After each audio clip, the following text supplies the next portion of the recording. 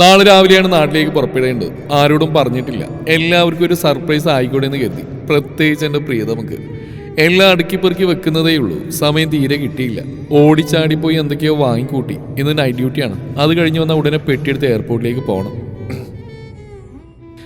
നാളെ എൻ്റെ ആദ്യ വിവാഹ വാർഷികമാണ്. എന്തായാലും അവളൊന്ന് ഞെട്ടിക്കണം. അത് കല്യാണത്തിന് മുമ്പ് തന്നെ മനസ്സിൽ കണക്കൂട്ടിയതാണ്. ശരിക്കും ഞങ്ങളുടെ ജീവിതത്തിൽ ഞാൻ പെണ്ണും അവളാണെന്ന് എനിക്ക് തോന്നാറുണ്ട്. കാരണം അവളാണ് എല്ലാ കാര്യങ്ങളെയും ഞെട്ടിക്കുക. ഞാൻ നല്ലൊരു കാമുകനെ ആയിരുന്നില്ല. എല്ലാ പ്രണയിനികളും ആഗ്രഹിക്കുന്ന പോലെ ഞാൻ അവളധികം കറങ്ങാനൊന്നും കൊണ്ടുപോയിട്ടില്ല. പിറന്നാൾ സമ്മാനങ്ങൾ കൊടുത്തിട്ടില്ല. എന്തിനേർ പറയുന്നു, വാട്സാപ്പിൽ അവളെ സംബന്ധിച്ചൊരു ഫോട്ടോ പോലും ഇട്ടിട്ടില്ല. അവൾ ഇടയ്ക്കിടയ്ക്ക് പരാതി പറയെങ്കിലും ഞാനത് കാര്യമായിട്ട് എടുത്തിട്ടേ ഇല്ല. എൻ്റെ സ്നേഹം മറ്റുള്ളവരെ ബോധ്യപ്പെടുത്തേണ്ട കാര്യമില്ലെന്ന് ഞാനങ്ങ് പറയും. ഇതെല്ലാം ഓർത്തുകൊണ്ട് പെട്ടിയെട്ടി പെറുക്കുമ്പോഴാണ് അവളുടെ കോള്. ഏട്ടാ എണീക്ക്, ജോലിക്ക് പോകാൻ സമയമായില്ലേ? ഞാനിന്ന് നേരത്തെ എണീറ്റടി. സമയം ഒരുപാടായി. ഞാൻ പോട്ടെ, നീ കിടന്ന് ഉറങ്ങാൻ നോക്ക്. ഏട്ടാ കാണാൻ തോന്നുക, ഒന്ന് വീഡിയോ കോൾ ചെയ്യോ? ഒന്ന് പോടി, കൊച്ചു കുട്ടിയല്ലേ. അതെന്താ, പ്രേമിക്കും ഭയങ്കര ഉത്സാഹമാണല്ലോ. ഇപ്പം എന്താ കുഴപ്പം? സമയമില്ലടി, ഓരോന്നിനും ഞാനിപ്പോൾ അടുത്ത മുറിയില്ല. ഇവിടെ ഒരു ആവശ്യത്തിന് വന്നതാ. ചുമ്മാ ഒരു കള്ളം പറഞ്ഞ അടുക്കി പെറുക്കി വെക്കുന്നൊക്കെ അവൾ കണ്ട അപ്പോഴേ കള്ളി വിളിച്ചെത്താവും. അതാ. എന്നൊരു ഫോട്ടോ എങ്കിലും താ. അവൾ അടങ്ങുന്ന മട്ടില്ല. ഇതാണ് പ്രേമിച്ച് കിട്ടിയാലുള്ള കുഴപ്പം. കുറച്ചൊക്കെ അവരുടെ താളത്തിന് തുള്ളേണ്ടി വരും. ഫോട്ടോ കിട്ടാതെ അവൾ അടങ്ങില്ല. പെട്ടെന്ന് ബെഡ്ഷീറ്റ് എടുത്ത് മാറ്റി പെട്ടിയൊക്കെ ക്യാമറയുടെ പരിധിയിൽ നിന്ന് മാറ്റി ബെഡിൽ നിന്നൊരു സെൽഫി എടുത്ത് അയച്ചു കൊടുത്തു. പതിവ് പോലെ കുറേ ഉമ്മയുടെ സ്മെയിലൊക്കെ അയച്ചിട്ട് അവൾ ഉറങ്ങാൻ കിടന്നു. ഞാൻ ജോലിക്കും പോയി. തിരിച്ചു വന്നൊരു ഓട്ടമായിരുന്നു എയർപോർട്ടിലേക്ക്. ഫ്ലൈറ്റ് കുറച്ച് താമസിച്ചാണ് ലാൻഡ് ചെയ്ത്. ഉച്ചതിരിഞ്ഞ് 4 മണിയുടെ വീട്ടിലെത്തുമെന്നാണ് വിചാരിച്ചത്. പക്ഷെ 6 മണിക്കടുത്തായി വീട്ടിലെത്തിയപ്പോൾ എന്നെ കണ്ട് എല്ലാവരും ഒന്ന് ഞെട്ടി. സന്തോഷം കൊണ്ട് അമ്മയുടെ കണ്ണു നിറഞ്ഞു. പ്രധാനമായിട്ട് ഞെട്ടിക്കാൻ ഉദ്ദേശിച്ച ആളവിടെ കണ്ടില്ല. കണ്ടാൽ ഉറപ്പാണ് ഇവിടെ ഒരു കണ്ണീർ പുഴയൊഴുകും. അവൾ വന്ന് എന്നെ കാണുന്നു, കരഞ്ഞുകൊണ്ട് ഏട്ടാ എന്ന് വിളിച്ച് കെട്ടിപ്പിടിക്കുന്ന സ്വപ്നം കണ്ട് ഷർട്ട് പോലും മാറാതെ ഞാൻ കിടന്നു. അവൾ വന്നാലുടനെ ടിക്ടോക്ക് വീഡിയോ ഒക്കെ എടുക്കാൻ സെറ്റാക്കി വെച്ച്. കുറച്ച് കഴിഞ്ഞപ്പോൾ ആളിങ്ങെത്തി. എന്നെ ഞെട്ടിച്ചുകൊണ്ട് ചോദ്യം, ഫ്ലൈറ്റ് താമസിച്ചല്ലേ ഏട്ടാ? ഞാൻ വിചാരിച്ചു ഉച്ചരിഞ്ഞ് എത്തുമെന്ന്. ഞാൻ നല്ല രീതിയിൽ ശശിയായി. എന്തൊക്കെയായിരുന്നു അവളുടെ കരച്ചിൽ, കെട്ടിപ്പിടുത്തം, എൻ്റെ സർപ്രൈസ്, ടിക്ടോക്ക് വീഡിയോ, എല്ലാ ഒറ്റ നിമിഷം കൊണ്ട് തവിട് പൊടി. വിക്കിയാണെങ്കിൽ അവസാനം ഞാൻ ചോദിച്ചു, അല്ല നീ എങ്ങനെ അറിഞ്ഞു ഞാൻ ഇന്ന് വരുമെന്ന്?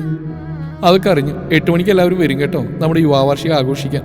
ഞാൻ നമ്മുടെ എല്ലാ കൂട്ടുകാരെയും വിളിച്ചിട്ടുണ്ട്. അവർക്ക് ഒരുപാട് ഓടി നടന്നാ നമ്മുടെ കല്യാണം നടത്തി തന്ന്. അവരൊക്കെ ഇല്ലാതെ നമുക്ക് എന്താ ആഘോഷം? നീ എപ്പോൾ വിളിച്ചവരെ? രാവിലെ ഇറങ്ങി. നിങ്ങൾ വരും നേരത്തെ അറിഞ്ഞിരുന്നെങ്കിൽ നേരത്തെ വിളിക്കായിരുന്നു. ഇതിപ്പോൾ എല്ലാം ചടപടയെന്നായിരുന്നല്ലോ. ഞാൻ എല്ലാ സാധനങ്ങളും മേടിച്ചിട്ടുണ്ട്, കേക്കും ബലൂണും ഒക്കെ. ആ ശരി, നീ ആ കത്തിങ്ങെടുത്ത് പെട്ടി പൊട്ടിക്കട്ടെ. ഇപ്പോൾ പൊട്ടിക്കണ്ട, രാത്രി പൊട്ടിക്കാം. ഇപ്പോൾ പൊട്ടിച്ചാൽ എനിക്കുള്ള ചോക്ലേറ്റ് കിട്ടത്തില്ല. അതേ കൂട്ടുകാർ വരുമ്പോൾ പ്രധാനമായിട്ടില്ലെങ്കിൽ എങ്ങനെയാ? അവരെന്നെ കൊല്ലും. നാട്ടിൽ കിട്ടാത്ത സാധനമൊന്നുമല്ലല്ലോ. എന്നാൽ നീ ആ വണ്ടിയുടെ താക്കോലിങ് എടുക്ക്. ഞാൻ ഓടിപ്പോയിട്ട് വാങ്ങിയിട്ട് വരാം. ഇന്നോ 1-ാം തീയതിയാ? ഷോ, എന്നാൽ പിന്നെ പെട്ടി പൊട്ടിക്കാൻ നിവൃത്തിയില്ല. കുപ്പി മേടിക്കാൻ എന്തായാലും പുറത്തു പോകണ്ട. ഞാൻ കരുതി കുപ്പി മേടിക്കാനൊന്നും സമയം കിട്ടിയിട്ടുണ്ടാവില്ല എന്ന്. അതുകൊണ്ട് ഞാൻ 2 കുപ്പി സംഘടിപ്പിച്ചിട്ടുണ്ട്. ഇപ്പം കൊണ്ടുവന്ന കവറിലുണ്ട് കുപ്പി. എവിടുന്ന്? അപ്പം തിന്നാ മതി, കുഴി എണ്ണേണ്ട. ഒരു കാര്യത്തിന് വ്യക്തമായ മറുപടി കിട്ടിയില്ലെങ്കിലേ ഞാൻ കുഴി എണ്ണും. എന്ത് കാര്യം? നീ എങ്ങനെ അറിഞ്ഞ് ഞാനിത് വരുന്നു? അത് പറയാൻ നീ ഇവിടുന്ന് പോവില്ല. നിങ്ങൾക്ക് ഇതുവരെ മനസ്സിലായില്ലേ ഞാൻ എങ്ങനെ അറിഞ്ഞെന്ന്? മനസ്സിലായെങ്കിൽ വീണ്ടും ഞാൻ ചോദിക്കൂടി. അപ്പം എൻ്റെ പൊട്ടൻ ഭർത്താവിന് എന്നെപ്പറ്റി വലിയ ധാരണയില്ലല്ലേ? സാരമില്ല, ഞാൻ പറഞ്ഞുതരാം. എന്നിട്ട് ഫോട്ടോ ഒന്നില്ലേ, അതിൽ നിന്ന് മനസ്സിലായി. ഫോട്ടോയിൽ എഴുതി വെച്ചിട്ടുണ്ടോ ഞാൻ നാട്ടിൽ വരുമെന്ന്? നൈറ്റ് ഡ്യൂട്ടിക്ക് മടിച്ച് എണീക്കുന്ന നിങ്ങൾ നേരത്തെ ഉണരുന്നു. ഒരാവശ്യമില്ലാതെ അടുത്ത മുറിയിലാണെന്ന് കള്ളം പറയുന്നു. അവിടെ എല്ലാ മുറികളും ഒരുപോലെയാണ്. വേറെ മുറിയിലാണെങ്കിൽ കൂടി തിരിച്ചറിയില്ലല്ലോ. മുറി എല്ലാം ഒരുപോലെയാണെങ്കിലും എല്ലാവരും ഒരേ സാധനമല്ലല്ലോ ഉപയോഗിക്കുന്നു. അവിടെ ടേബിൾ, പൗഡർ, ക്രീം, ചീപ്പ്, വാശൊക്കെ നല്ല വൃത്തിക്ക് അടുക്കി വെച്ചിട്ടുണ്ടായിരുന്നു. അതൊക്കെ നിങ്ങൾ ഉപയോഗിക്കുന്നതാണെന്ന് കണ്ടപ്പോൾ എനിക്ക് മനസ്സിലായി. പിന്നെ നിങ്ങളുടെ വലത് കയ്യിൽ വേറെ സാധനം കൂടി ഉണ്ടായിരുന്നു. എന്ത്? അത് നിങ്ങൾ ഗൾഫുകാരന്മാർ നാട്ടിൽ വരുന്നതിന് തൊട്ട് മുമ്പ് മാത്രം കൈകൊണ്ട് തൊടുന്നൊരു സാധനം. അതെന്ത് സാധനം? Insulation tape. നിന്നെ ഞാൻ നമിച്ചു മോളെ. ഒരു ഫോട്ടോ വെച്ച് നീ ഇത്രയൊക്കെ കണ്ടുപിടിച്ചാലോ? ബാക്കി കഥ ഞാൻ പറയട്ടെ.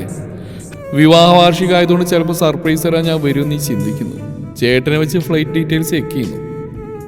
ഇതേ ഉള്ളൂ കുറഞ്ഞ പൈസക്ക് ഇന്നത്തെ ദിവസം ഇവിടെ വരുന്ന ഫ്ലൈറ്റ് നീ മനസ്സിലാക്കുന്നു, ശരിയല്ലേ? തിരക്കേടില്ല, കുറച്ച് ആൾ താമസമൊക്കെ ആയി തുടങ്ങി തലയിലല്ലേ? ഇത്തവണ ചീറ്റിപ്പോയി. നോയിക്കോ, അടുത്ത തവണയെങ്കിലും എൻ്റെ സർപ്രൈസ് കണ്ട് നീ ഫ്ലാറ്റ് ആവും. ഒന്ന് മൂളിക്കൊണ്ട് അവൾ വീട് അലങ്കരിക്കാൻ പോയി.